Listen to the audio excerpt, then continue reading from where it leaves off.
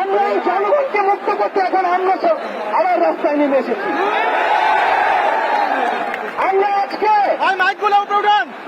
এক কথার দাবিতে আজকে এখানে হাজির হয়েছি। আমরা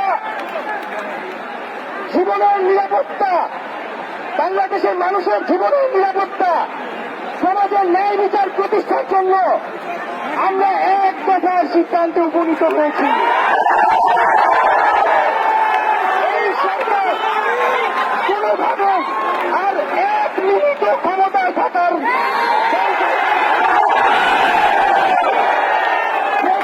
বলেছে গণভবনের দরজা খোলা আছে।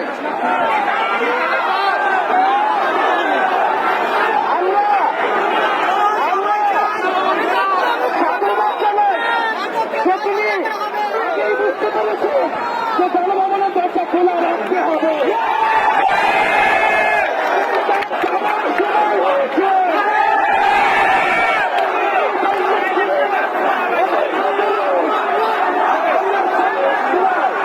আমরা আপনাকে উৎখাত করার জন্য আসবো।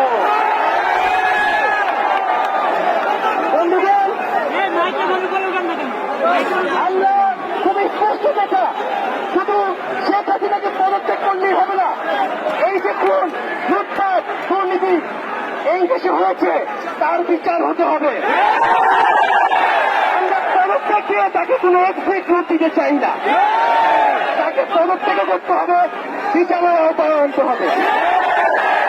এবং শুধু শেখ হাসিনা নয়, পুরো মন্ত্রী পরিষদ, সরকার সবাইকে পদত্যাগ করতে হবে।